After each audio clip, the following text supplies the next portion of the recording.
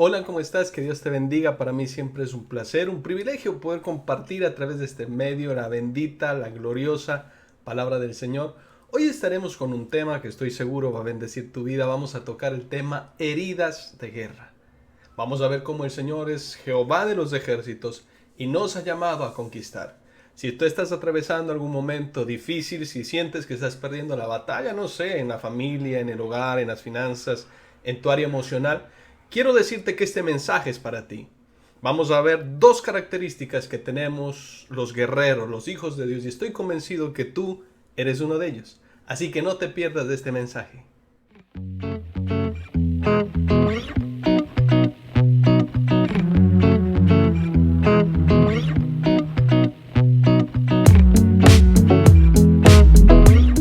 Hola, ¿cómo estás? Que Dios te bendiga. Vamos a entrar a este tema, pero antes quiero invitarte a que hagamos la declaración de fe.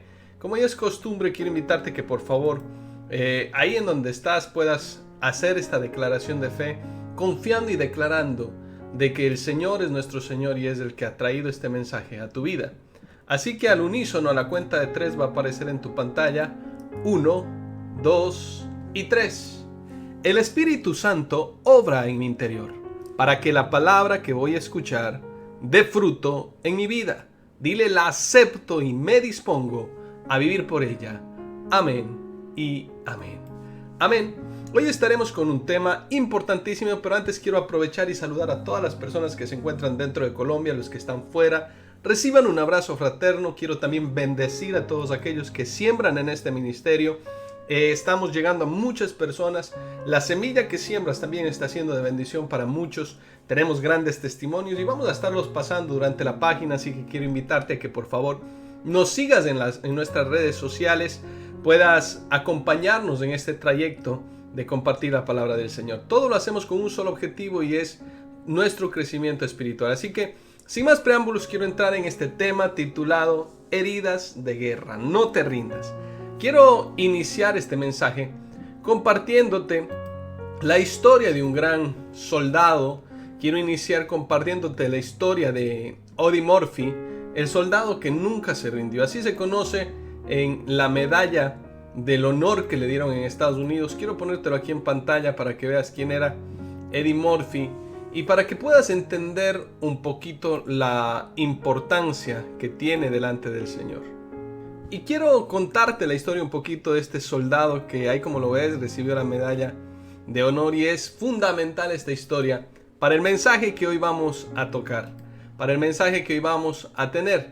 Tengo que comenzar diciéndote que en medio de la Segunda Guerra Mundial, Audie Murphy aparece ahí. Él es un joven que nace en Texas y es uno de los soldados más condecorados de la historia de los Estados Unidos. De hecho, él nace el 20 de junio del 25 en Kingston, Texas. Y su padre, desde el inicio, él comienza batallando comienza desde pequeño con grandes batallas en su vida. Su padre lo abandonó a la familia y Audie, siendo aún un niño, tuvo que dejar la escuela para trabajar y para ayudar a su madre. Y no solo eso, también hacerse cargo de sus hermanos. El peso de la responsabilidad y las duras condiciones de vida fueron moldeando su carácter y lo prepararon, sin que lo supiera, para los desafíos que estarían por venir. Cuando Japón atacó Pearl Harbor en el 41, él quiso enlistarse a los 16 años, pero obviamente los cuerpos de marines y la marina no lo dejaron que fuera así. Y fue hasta que tuvo 17 años que se enroló en el ejército de los Estados Unidos. Y durante la invasión aliada a Sicilia en el 43, comenzó a destacar por su valentía, comenzó a destacar por sus habilidades de combate. Sin embargo, su clímax, lo más fuerte, fue en Francia, en donde se forjó esta leyenda. En enero de 1945, específicamente el 26 de enero, su unidad fue atacada por una fuerza alemana superior en número, y no solo eso, también tenían tanques blindados. Bajo un fuego de enemigo intenso, Audie ordenó a sus hombres que se retiraran mientras él se quedaba atrás, para cubrir su retirada. Así que él subió a uno de los tanques estadounidenses que estaban en llamas. Imagínate esta escena, cual película, ¿verdad? Armado solo con una ametralladora, y comenzó a disparar contra las tropas alemanas durante más de una hora. Audie mantuvo a raya a los enemigos, incluso cuando las balas y la artillería impactaban a su alrededor. Herido, con hambre, con poca munición, rechazó retirarse hasta que sus hombres estuvieran a salvo y los refuerzos llegaran. Este valor y esta tenacidad permitieron a su unidad reorganizarse y contraatacar con éxito. Por este acto de heroísmo, Audie Murphy fue galardonado con la Medalla de Honor, la máxima distinción militar en los Estados Unidos. No solo eso, termina su batalla, recuerda su batalla de niño, su batalla en el ejército, pero Audie Murphy nunca se rindió. Después de la guerra continuó luchando, esta vez contra los demonios del trastorno del estrés postraumático que vivió y se convirtió en actor, escritor y defensor de los veteranos. Esta historia me inspira mucho para decirte: no te rindas, no te rindas, jamás desmayes, jamás desfallezcas. Y hoy quiero compartirte dos personajes que vamos a estar viendo durante esta historia, al igual que Audie, que no se rindieron. Uno fue un líder no tan bueno, y vamos a ver cómo lideró a su ejército, pero esta vez con un liderazgo fallido. Pero vamos a ver también cómo aparece otro líder excelente, que es David. Y ya lo mencioné, estos dos personajes es Saúl y David. Estos reyes llevaron al pueblo de Israel durante la guerra. Quiero iniciar diciéndote que estos dos reyes fueron fundamentales en Israel. El uno fue el primer rey y el otro fue el rey conforme al corazón de Dios. Y yo quiero hacerte antes una pregunta, antes de iniciar este mensaje, y es: ¿cómo estás, soldado? ¿Cómo estás, guerrero, guerrera de Dios? ¿Cómo están tus heridas de batalla? Quiero comenzar diciéndote que en estos días tuve la oportunidad de hablar con un amigo pastor de 1000 batallas. Es un pastor que honro por sus años en el ministerio. El pastor José, un saludo, sé que nos está viendo. Y Dios propició este encuentro y durante algo más de una hora pude hablar con él acerca de las cicatrices de guerra que este valiente hombre de Dios tiene encima. Me comentó muchas cosas ante las cuales la verdad me le quito el sombrero, y en la conversación llegamos a un punto en donde, casi como poniéndonos de acuerdo, hablamos que las mejores credenciales que un hijo de Dios, un pastor en nuestro caso, puede presentar son las cicatrices de batallas ganadas. Hoy en día hay muchas personas que hablan de Dios, hoy en día hay muchas personas que hablan de las cicatrices de otros, pero jamás han estado en una batalla, mucho menos en la guerra. Por eso hoy deseo abordar este tema en donde te regalaré dos principios, como te decía al inicio, que jamás pueden faltar en la vida de un guerrero de Dios. Si estás cansado por las batallas libradas, quizás tú dices: es una batalla mi hogar, es una batalla el ser feliz, me decía una mujer, he intentado ser feliz, me he esforzado, pero parece que estoy perdiendo la batalla. Si estás atravesando una batalla en las finanzas y tú dices: pastor, estoy luchando día a día con un gigante poderoso que parece que me va a derrotar, yo sé que este mensaje va a ser para ti. Le oro al Espíritu Santo en esta hora para que al terminar esta intromisión, su gloria te renueve sus fuerzas y te dé estas dos características, o te recuerde más bien estas dos características que estoy seguro ya las tienes. Así que si estás listo, regálame "estoy listo" ahí en donde estás, y vamos a compartir este mensaje. Y la historia bíblica que te hablo de estos dos reyes, quiero hablarte primero de Saúl. La historia está en 1 Samuel 13, del 1 al 7. Quiero leértelo así nada más. Voy a ponerlo aquí en pantalla para que puedas observar el pasaje. Y el pasaje dice así: había ya reinado Saúl 1 año, y cuando hubo reinado, dice la palabra del Señor, cuando él ya hubo reinado 2 años en Israel, escogió luego él 3000 hombres de Israel, de los cuales estaban con Saúl 2000 en Micmas y el nombre de Betel, y 1000 estaban con Jonatán en Gaba de Benjamín. Jonatán era el hijo de Saúl. Y Jonatán atacó a la guarnición de los filisteos que había en el collado, y lo oyeron los filisteos, e hizo Saúl tocar trompeta por todo el país diciendo: oigan los hebreos. Y todo Israel oyó que se decía: Saúl ha atacado a la guarnición de los filisteos. Quiero hacer aquí una pausa. ¿Quién comenzó atacando? En el versículo 13, Jonatán atacó, ¿verdad? Pero en el 4 dice: Israel decía: Saúl ha atacado a la guarnición de los filisteos.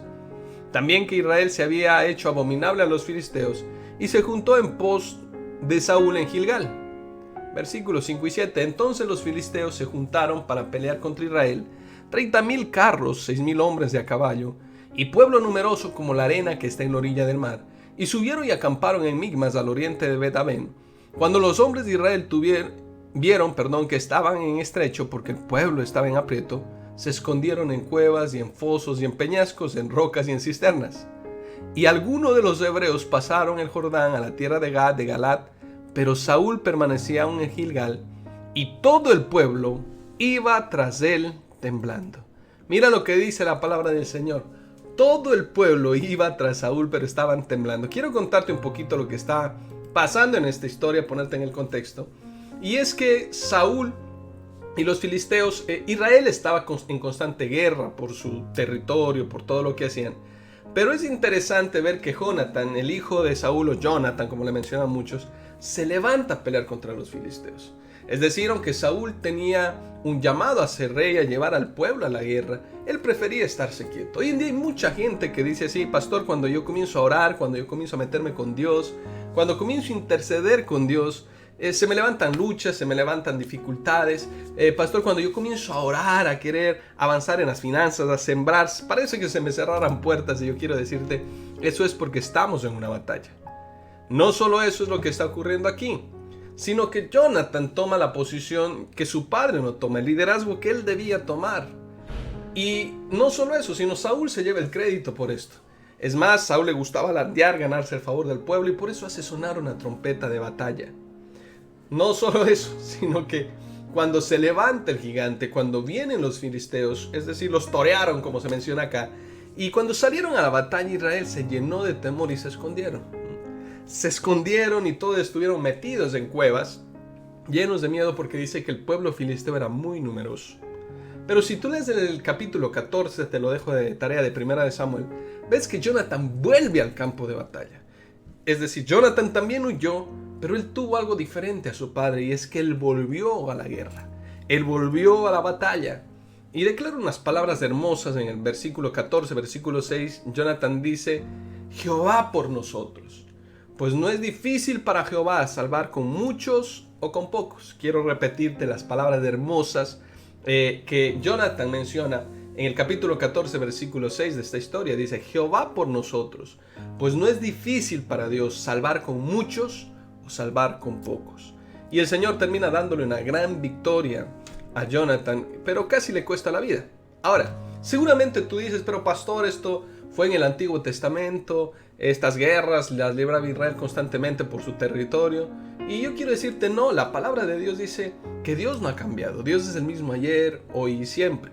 Y primero necesito que entiendas algo, y es que Pablo escribe que estamos en un campo de batalla.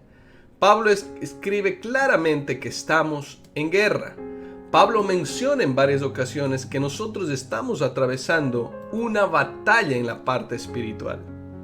Pablo dice que estamos en una batalla y no en un crucero cristiano. Él menciona, por ejemplo, en 2 de Corintios 10, del 4 al 6, que se está apareciendo ahí en pantalla, dice las armas de nuestra milicia. Él también dice que nuestra lucha en Efesios 6, 12 y 13, y es decir, cuando menciona lucha es una pelea, una batalla espiritual. Y dice que no son con personas, sino que son con demonios que operan en los lugares celestiales. Pablo está mencionando esto.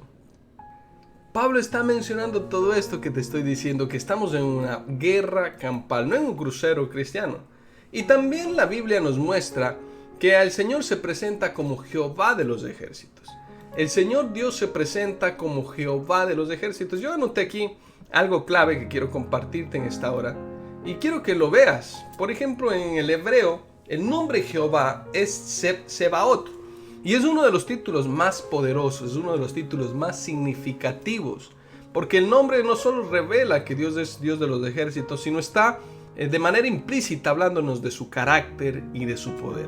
Sabaoth significa huestes o ejércitos, es decir, Dios de los huestes o de los ejércitos. Y Dios, como líder supremo de todas las fuerzas del universo, Él quiere liderar nuestras batallas, tanto en el campo visible como en el campo invisible. Quiero que entiendas esto, y es fundamental, porque por eso le coloqué cicatrices de guerra. En el Antiguo Testamento, como mencionaba, Israel vivía en un entorno marcado por la guerra. Las batallas eran una realidad constante para ellos. Cada nación tenía sus propios dioses, para que me entiendas, y se consideraban ellos que estaban protegidos por ellos en la batalla. Sin embargo, Israel no confiaba en sus fuerzas humanas, sino en Dios, en el Señor Jehová de los ejércitos. Ahora, También el título aparece por primera vez en 1 Samuel 1:3, cuando Elcana, el padre de Samuel, subía cada año a Silo para adorar, dice la Biblia, a Jehová de los ejércitos. Dios no es solo el rey de Israel, sino es el comandante supremo de los ejércitos celestiales. Y también quiere no solo ser nuestro rey, nuestro padre, también quiere liderar con nosotros batallas y entregarnos la victoria. Sebaot, te decía, significa huestes o ejércitos, tanto de lo visible como de lo invisible. Y me gusta mucho, me llama mucho la atención, por ejemplo, hablándote de los ejércitos invisibles, tú dirás, ¿cómo es esto? En 2 de Reyes 6:17, dice la palabra del Señor que Eliseo oró para que Dios abriera los ojos del joven que le servía, y entonces vio en el monte que estaba lleno de caballos y carros de fuego. ¿Recuerdas la historia? En 2 de Reyes 6 está ocurriendo algo, y es que el rey manda por el profeta Eliseo, porque dice, él nos está dañando todos los planes, y manda a su ejército para que lo capture. Todo un ejército para encontrarse con un hombre. Pero dice la palabra del Señor que Eliseo estaba tranquilo, que Eliseo estaba confiado, que Eliseo estaba seguro. Y es interesante esto porque nosotros como hijos de Dios, aunque vengan batallas, quiero darte una premisa. Dios ya venció en aquella cruz del Calvario. El Señor ya ganó la batalla. El Señor ya ganó y nos ha hecho más que vencedores. Pero tienes que entender que estamos en medio de una situación difícil. No sé por qué tengas que pelear, no sé quizás si tengas que pelear por tu hogar, no sé quizás si tengas que pelear por las finanzas, no sé si tengas que pelear por la grey del Señor, no sé por qué tengas que pelear, pero déjame decirte, Dios está de tu lado. Y Él enfatiza, ¿verdad?, que la victoria no proviene de carros, de fuerzas militares, sino de la intervención divina. De hecho, Josué 5, 13 y 15 lo dice. Enfatiza claramente, la fuerza no proviene de Dios. La fuerza no proviene del hombre, sino de Dios. Y yo quiero que comprendas esto muy claro, porque Dios es Dios de los ejércitos. Y aquí quiero regalarte el primer punto de lo que tiene que tener un guerrero de Dios. El primer punto del cual quiero hablarte es, el guerrero de Dios tiene que tener esta característica fundamental, y es que el guerrero de Dios debe confiar en Dios. Quiero repetirte nuevamente, el guerrero de Dios tiene que confiar en Dios. Ahora tú me dirás, ¿cómo así, pastor, que el guerrero de Dios tiene que confiar en Dios? Te hablaba de Saúl y su liderazgo pobre, pero ahora quiero hablarte de David. Si lees 1 Samuel 17:45, David está enfrentando a un gigante, al gigante Goliat. Todos los escuadrones del ejército de Israel están temerosos, están metidos bajo el temor. Otra vez una de las características de Saúl. ¿Recuerdas? En la historia primera que leímos, vemos cómo el pueblo se metió en cuevas, en cisternas, se escondió y tuvo Jonathan que salir a pelear. Pero en esta historia, también el pueblo de Israel dice que había un gigante que salía a maldecirlos en la mañana y en la tarde, a blasfemar de Dios, a increparlos y a decirles, a recordarles que eran esclavos. Tengo que mencionarte algo, y es que cuando una persona negativa constantemente está lanzando improperios, espiritualmente nos puede afectar. Por eso es mejor que tú aprendas a escuchar y que las palabras de Dios pesen más que las palabras de los gigantes. Que las palabras de Dios pesen más que las palabras del enemigo. Y es interesante porque en la historia David era un pastor de ovejas. En esta historia David no era un guerrero experimentado, aunque Dios lo estaba tratando en batalla. Dice la Biblia que él, ¿verdad?, se enfrentó contra el oso y el león. Pero él no era un guerrero entrenado. De hecho, si tú lees la historia, Saúl le dice, este hombre es un hombre experimentado en guerra. Tú no, tú eres un simple pastor. Quizás David no tenía las armas, quizás David no era entrenado en guerra como este hombre, pero poseía una fe inquebrantable en Dios. David tenía una confianza suprema en el Señor. Cuando todos los soldados de Israel temblaban ante este filisteo, David declaró el pasaje que está aquí. Este pasaje precioso que te lo quiero colocar ahora en pantalla. David declara esto: tú vienes contra mí, ¿verdad?, con espada, lanza y jabalina, pero yo vengo a ti en el nombre de Jehová de los ejércitos. Es hermoso lo que David está declarando. David está diciendo, tú vienes a mí con espada, lanza y jabalina, es decir, con armas, pero yo vengo a ti en algo más poderoso, en el nombre del Señor Todopoderoso, Jehová de los ejércitos. Tengo que mencionarte que en ocasiones habrán circunstancias que parecen que nos van a ganar la batalla, Quizás no tenemos la maquinaria, quizás no tenemos los contactos, quizás el dictamen médico ya está dado, quizás las situaciones judiciales ya están en contra. Pero aquí quiero darte este principio. El principio de un hijo, de un guerrero de Dios, es la confianza en Dios. Esa es nuestra mayor arma como David. Debemos enfrentar nuestras batallas, amigo y amiga, nuestras batallas diarias, con la certeza, con el convencimiento de que no estamos solos. Aunque nuestras luchas parezcan gigantes, el Señor pelea contigo. La fe en Dios transforma nuestras heridas en victorias. Dice Isaías 60:22, también el pequeño vendrá a ser menor un pueblo fuerte, y yo Jehová a su tiempo haré que esto sea cumplido. Quiero regalártelo como una promesa. Dice la palabra del Señor, el pequeño vendrá a ser 1000. Es decir, Dios de la nada puede hacerlo todo. El menor, por el que nadie daba nada, llegó a ser un pueblo fuerte. Y dice el Señor, yo Jehová a su tiempo haré que esto sea cumplido. Quizás tú estás diciendo, pastor, es que usted habla porque no entiende la lucha que estoy enfrentando.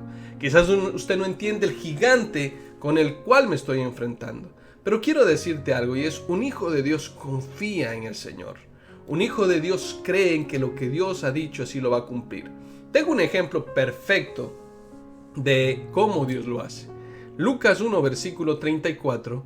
Me encanta este pasaje porque aparece María, la madre de Jesús, y está en la anunciación de Jesús, le está diciendo que de ella vendrá el Salvador del mundo, y ella le hace una pregunta y dice, entonces María le dijo al ángel, ¿cómo será esto?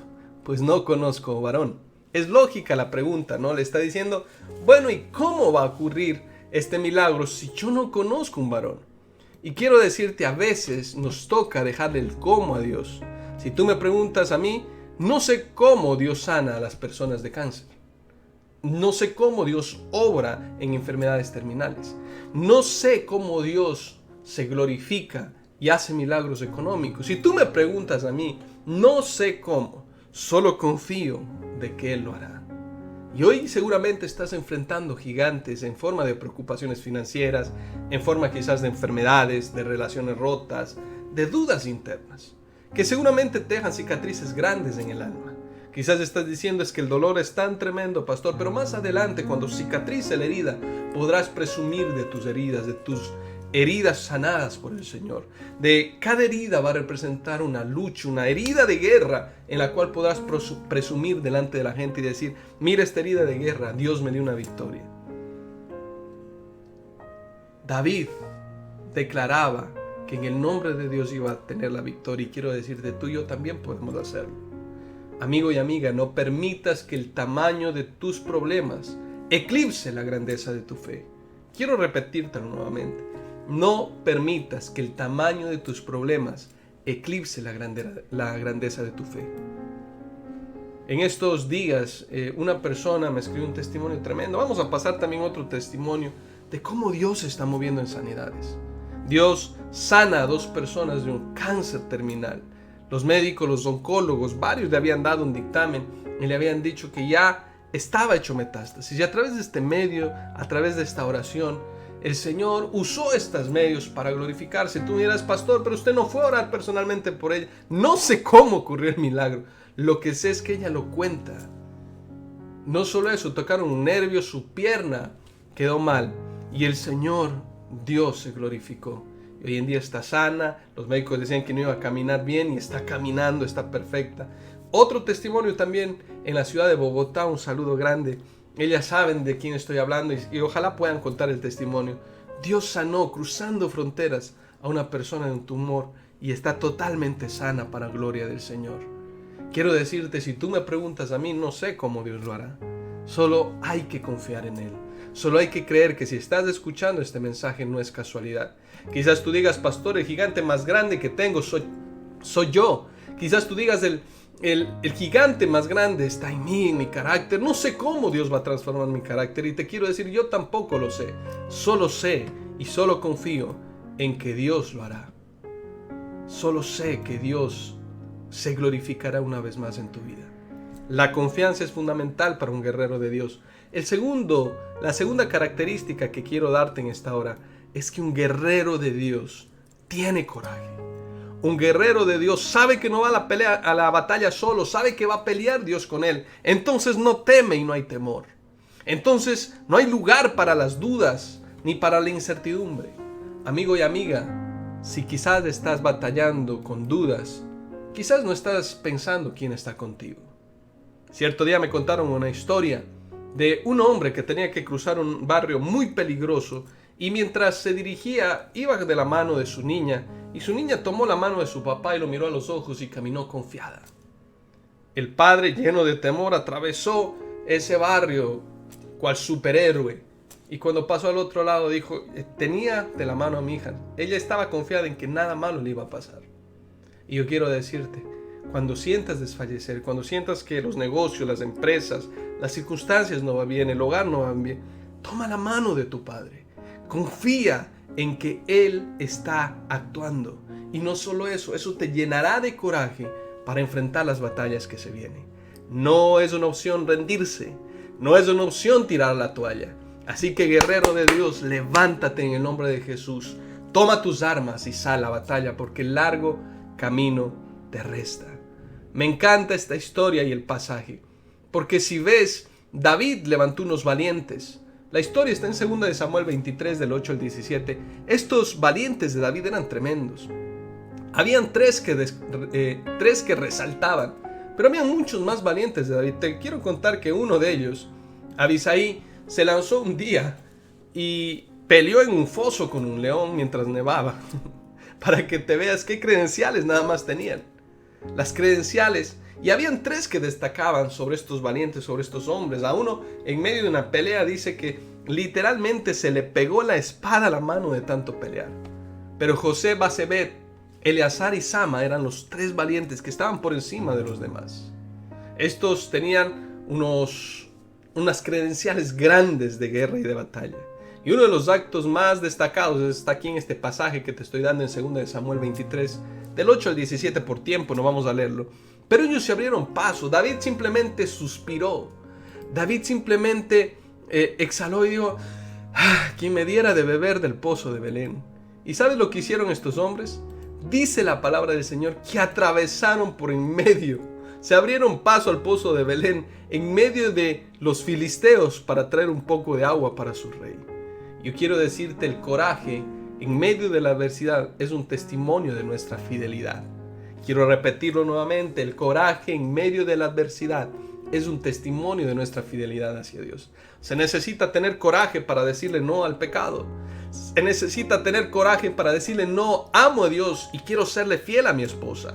Se necesita, amigo y amiga, tener coraje para decir no a un negocio que no es correcto y que va a desagradar a Dios. Estos hombres no huyeron de la batalla, sino que la enfrentaron con valentía por una causa mayor. Amigo y amiga que me escuchas, no hay lugar para rendirse. Con coraje, Dios va de tu mano, pero la pregunta es, ¿tú lo amarás y lo enfrentarás con coraje? Hoy nuestros pozos de Belén pueden ser las metas espirituales, las necesidades familiares, el servicio en la iglesia. A veces nuestras batallas parecen imposibles, pero el coraje que proviene de Dios nos da la fuerza para seguir adelante. Así que tenemos no solo a David, sino al mismo Dios incluso que demostró su confianza y el coraje para ir a la cruz. ¿Sabes de quién te estoy hablando? Del mayor de todos. Aquellas heridas de guerra, benditas heridas de guerra, que las tiene marcadas por ti y por mí.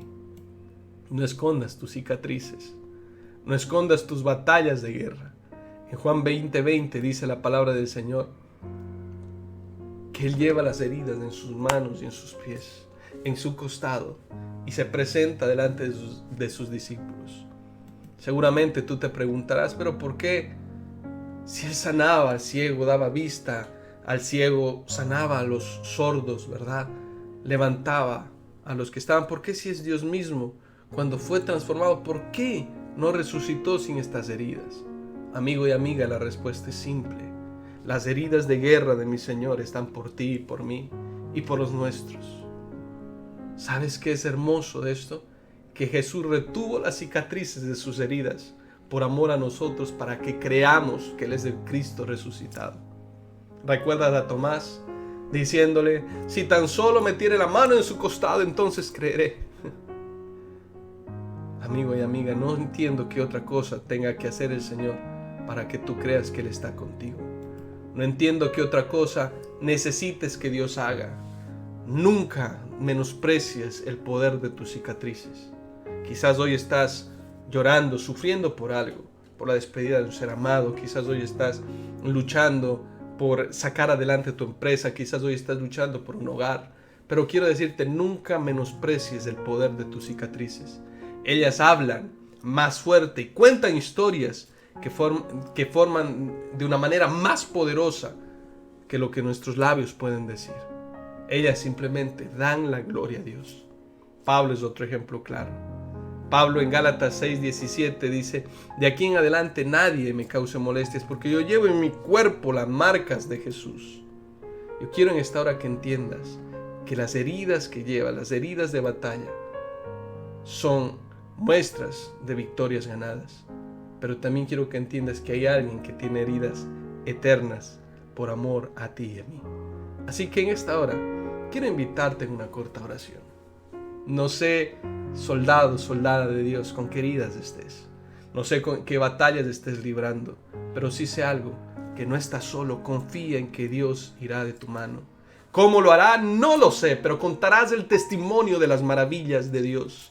Y segundo, ten coraje, levántate, deja de llorar, seca tus lágrimas y levántate en fe, que veremos la victoria del Señor.